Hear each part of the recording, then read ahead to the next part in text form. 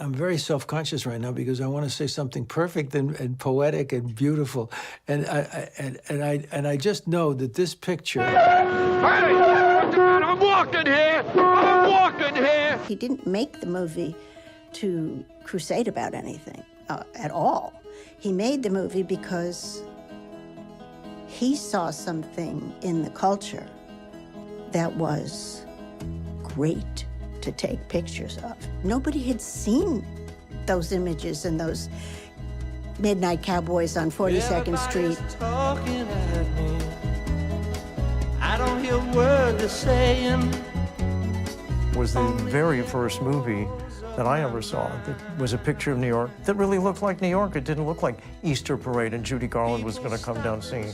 It looked as scuzzy and dirty as any other part of New York. He was fascinated by America, by New York, by the drama of urban America. No matter what Joe Buck's particular delusions might be, the cowboy-themed hustler is a very, very gay thing. The winner is Midnight Cowboy.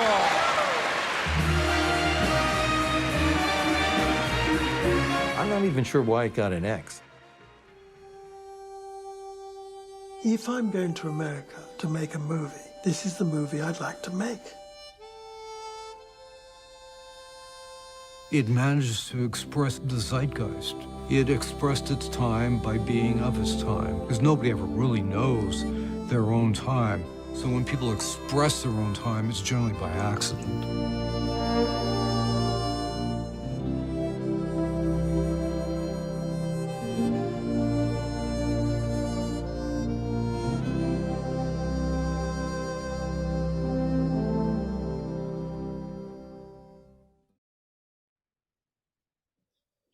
Hey, Adam.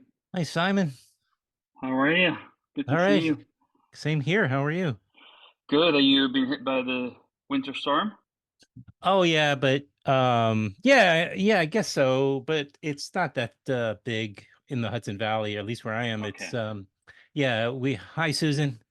Hi, Adam. Hey, Simon. Yeah, it's just rain now, so it's kind of a little messy, but the temperatures fortunately staying up high enough where I don't think it's going to freeze and be that bad. And we're flying out tomorrow night, so out of Newark, so it should be okay. I think we'll be all right. Okay. Where are you heading? Your area. Actually, I'm going to be in LA. Yeah, we're going to LA tomorrow night for visit some friends, go to the desert for a few days. I'm very excited. Nice. Yeah. Well, it's beautiful out here. Where are you going in the desert? Probably Joshua Tree. Maybe I've never been. I haven't been to Palm Springs, so we might just kind of coast through there for a little while. I just came back from there. Oh yeah. Yeah, let's have a separate conversation. I'll fill you in on some amazing hikes. Oh, that'd be perfect. Where was that? Yeah. So I went to Palm Springs Film Festival. Right. Because Cowboy was showing there, and also another film called Obsessed with Light that I was an EP on. Wow. And so we went into Joshua Tree a couple of times and did some absolutely amazing trails. One is crazy. It's called 49 Palms. 49 Palms. Yeah, I've heard of that. You hike to an oasis, like a literal oasis. I've been there. It's beautiful. Oh, wow. Yeah. It's spectacular. Yeah. And, okay, great. Yeah. And so what's the other one? That was one great thing. And then the other one was, it was Dam. It was Barker's Dam, I think it's called. Barker's Dam. And that was, Barker's Dam and Hidden Valley.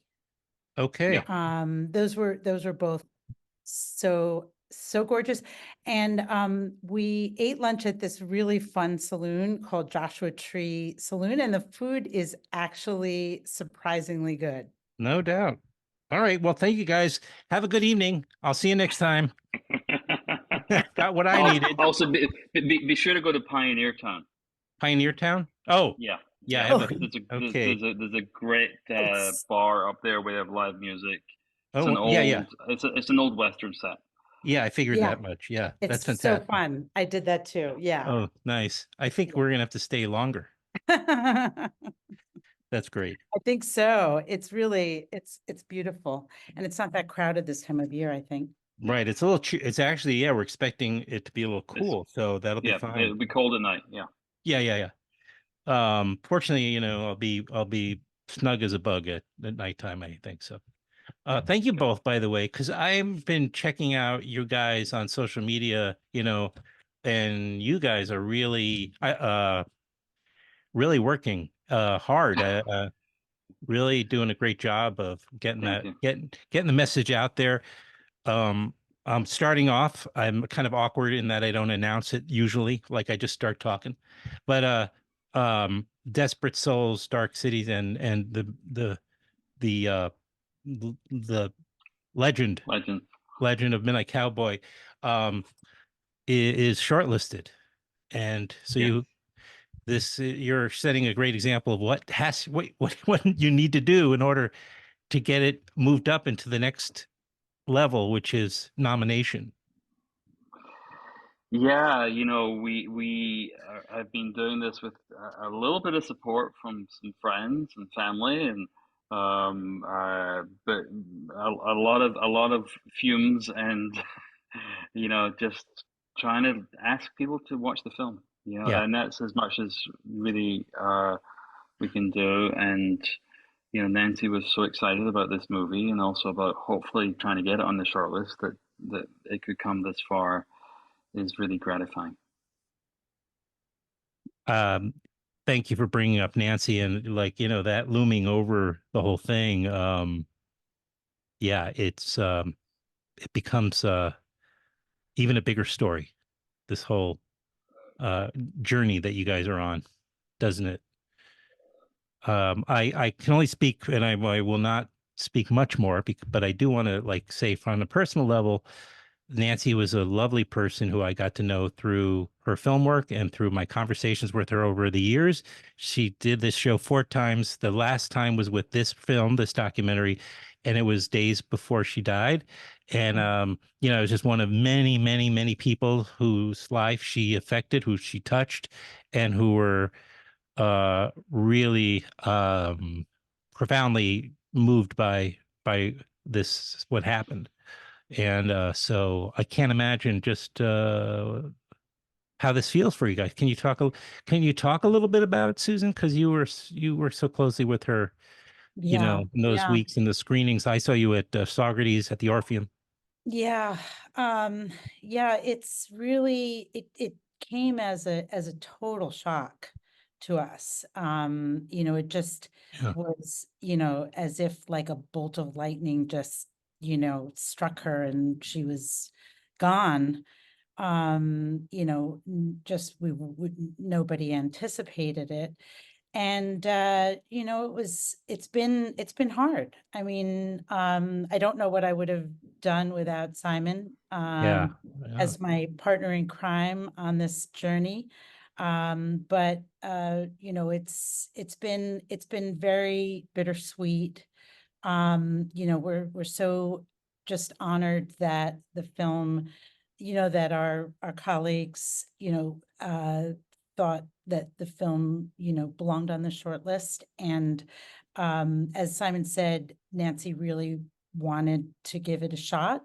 So, we're just thrilled that we're here. And, I have a lot of conversations with her, and keep her up to date on where things are. And we're going to talk about what we're going to wear. So Yeah. Yeah. We It both is look great. should we be Yeah. so fortunate as to Yeah. be nominated? It is kind of one of the bittersweet joys of this whole process is it's allowed us to talk about Nancy a lot, and what, as you mentioned, Adam, what keeps happening in those conversations are stories which I didn't know of, how she touched people along the way, whether it was through full frame, showing people first film at full frame, getting their career started or through her films, and that's been a real pleasure being able to talk about her. So it's bittersweet, but it's definitely a nice aspect of this. Yeah. I would just add, as Simon said, I've been just so amazed by the number of people, prominent filmmakers in our field who said, I wouldn't be here without Nancy Wow. Buirski. Wow. That, she invited me to Full Frame, and, she introduced me to, D.A. Pennebaker and Chris Hedges and Barbara Koppel, and, gave Yeah. me a sense that I could, make it as a documentary filmmaker. And this has come from so many corners. So that's been quite beautiful. Yeah, maybe anybody watching or listening, they may not know that she's also, in addition to all the films that she's made, and everything else, she's also a founder of the Full Frame Documentary Film Festival. Just astounding. I was going to say, I think she actually did have an impact, because it was talking to her about her prior films, mostly dealing with civil and social issues over the years, and even this one, she managed to find those angles, didn't she, Susan, right? And Simon. And it really had like an impact, because I had been wanting, I didn't know that how much I wanted to talk about more pertinent and important issues that would, I don't know, if people listened and watched what I do here with this thing, that maybe I could make a small difference in my own way. And it was talking to people like her, which crafted the show, in a way, and made it more, I think, important. It's like, this is stuff we need to think about and talk about. It's really, it's great to be entertained, of course, but I think we also need to have conversations like those that the films inspire, her films have inspired. Absolutely. I mean, Nancy's films all operated on so many levels. So, there is the, just the social issue aspect, but also just, the artistry, and the connections that she made, really just, they were all had her signature, deeply imprinted. You collaborated with her, right, a number of times, correct? Yes. Yes, we started You're a working producing together. partner. Yes, we started working together on The Rape of Recy Taylor back in 2016, as I was transitioning out of the distribution world and into producing. And I was speaking with her on the phone, and we had distributed The Loving Story, and I said, well, I'm leaving my company, and she said, well, why don't you come and produce The Rape of Recy Taylor with me? And the rest is history. After that, we did A Crime on the Bayou together, and Desperate Souls, and we were so thrilled when Simon agreed to come on board of Desperate Souls. When was that, Simon? At what point? It was right at the beginning. Nancy and I had talked for years about, not dissimilar to conversation that Susan had with her, about working together. I'd always watched her films and given her notes and had these long conversations. We joked about at some point we'd love to do something together. So when she heard I was leaving IDA, she immediately called me and said, let's find something to do together. And shortly after that, and she reached out to both of us right after she had spoken with Glenn Frankel about this new book, and she just read it. It was right before it came out, and we got copies of it. And I think over the weekend we both read it, and on the Monday or Tuesday we spoke and said, yes, there's something here. So all three of us were on it right from the beginning. So that was real fun. So tell me, what is the process? I think I've had a number of other shortlisted filmmakers on in the past. But I know what happens there? How do you get? Is there anything you can do to kind of nudge it ahead, or is it hiring a marketing or a publicity company, or do you, get contacted out of the blue? How did it work in this case? Either of you, I guess. In terms of getting the film to the Getting shortlist, shortlisted because it's such a it's really such a great opportunity for any film, let alone a documentary like this. it is. Nancy, like I said earlier, Nancy was super excited about this, about possibly this happening with this film. She felt it was a new language of filmmaking for her that she was exploring. She was kind of expanding her, her cinematic, style. Vocabulary.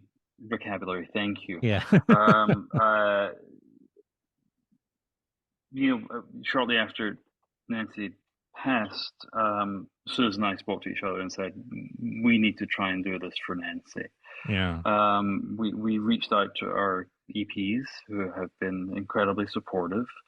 They helped us raise a little bit of money, but we've really been doing it through kind of blood, sweat, and tears. And it's been, we've had some support from some publicists, which is, who are friends of Nancy's, which has been incredibly helpful. But it's been a very grassroots, organic effort of seeing, can we get the film to screen in different places for folks, making sure that, they know it's on the Academy screening room. There's no, I think, great, magic answer for how to run these efforts. I think it's really a matter of doing, spending the time to reach out to people and say, we hope you'll take a look at it, and not try to push them. Right, sure. We don't try and be pushy about it. But it's just, making sure that in the crowd that, we hope you'll look at it and consider it along with everything else. Mm. And that was, advice that we got early on from other filmmakers who've been through the process, just that the film will speak for itself. So if we can just, there are so many films, if we can just encourage, in the, so many films that have qualified, and, just encouraging people to, watch the film and take the time. That was really, the focus of our campaign, because, we didn't have the budget to do fancy dinners and, fancy parties, and, that wasn't in the cards here. Yeah. Well, that comes as a grave disappointment to me, but well, and you'd think, oh, it's about Midnight Cowboy. People in the industry are going to want to see. It's a an iconic, film with big stars. John Voight, Dustin Hoffman. John Voight's contributed. He's participated in the documentary, and it's I think the first shot. Remind me if I'm wrong, but isn't there even in the first shot of John Voight? Yeah, just talking, and he of course very emotional when he talks about Midnight Cowboy. And it's but guy, it's like, I'm sure you know this only too well. It's like, who knows what will the audience or the members or whomever, the voters, are going to be there, tickle their fancy this particular year. Who knows? It's so true. It sounds like, you could have exactly the right film, but you never know. You can't know. Yeah, and there's a lot of great films. There's a lot of great films. 15 of them. The shortlist is fantastic, and there's a lot of great films that didn't go on the shortlist. It's a very competitive, and I think getting on the shortlist is wonderful. But it shouldn't diminish those that didn't get on the shortlist. They're also fantastic. Yeah. There's just a lot of really great films being made these days. Yeah, I'm sure both have worked on many films that have not been shortlisted, but but hey, what might have been broadcast on some major documentary series for. What is the we know that Desperate Souls, Dark Cities, and the Legend of Midnight Cowboy has had a theatrical And is it something that people can see at the moment, or are we waiting for its next? I Yeah, forget. it's playing. It's on TCM. Okay, it's on TCM. And, Perfect. yes. Perfect. Yeah, perfect place. And they also did a beautiful tribute to Nancy Buirski that they ran, and they played several of her other films, Afternoon of a Fawn and By Love that Met. film. Yeah, Yes. yeah. So yeah, it was a really, I believe it was on November 27th, but I'm sure that you can just Yeah. find the tribute online. It's certainly on our social media. Right. And yeah, well, that I can imagine that Desperate Souls would made a great Thanksgiving movie, as would Midnight Cowboy, of course, um, always one of my favorites. Yeah. Okay, so what happens next? When do you know when you're going to hear something? If fingers crossed, your journey should take you to the next level. Do you know what that looks like? The voting opens tomorrow, and then Oh, the tomorrow. announcement is on January 23rd, and we will hear Yeah. along with everyone else on January 23rd. We'll have no advance Yeah. notice. We just have to wait and watch the nominations announcement. And my fingers are crossed, and I'm rooting for you guys and for Nancy. Um, yeah, that this is could be an amazing. It's already an amazing story. So whatever happens here on is, I guess, frosting, and Absolutely. and you have Yeah. what's and then do you also have what's coming up as far as, I don't know, anything exciting coming up in terms of showing the film anywhere in particular? We've just come off a whole bunch of Yeah, screenings I over the know. Yeah, past few yeah, weeks yeah. I've at seen that. Palm Yeah, Springs in New York and LA and right, elsewhere. We've right. got a couple of final ones coming up this week. After that, I think we will catch our breath and then see what's next with the film. Right. But Let nature take its our course. yeah, Yeah. our international sales agent is out there, and it's being acquired by a number of European television channels. So hopefully, folks from around outside the US will get their chance to see it too. Brilliant. Well, I have a mixture of feelings that, but I'm so pleased that you guys would make the time and talk to me, and it really, I'm glad. Gives me a little bit of a little closure too, a little bit maybe. I'm saddened by the fact that I'll never have a Nancy Buirski on here again, but Yeah. I'll be calling on you guys instead. And so so how many, Susan, how many films has she made in her career? How many? She's made 7 films. Yeah. Okay. So including By Sidney Lumet and Right. Afternoon of a Fawn and The Loving Story. And yeah, so she was actually working on a narrative version of Afternoon of a Fawn called Oh. Tanny. Oh, wow. So, and she wrote a beautiful, beautiful script. Wow. So, we'll see if we Yeah.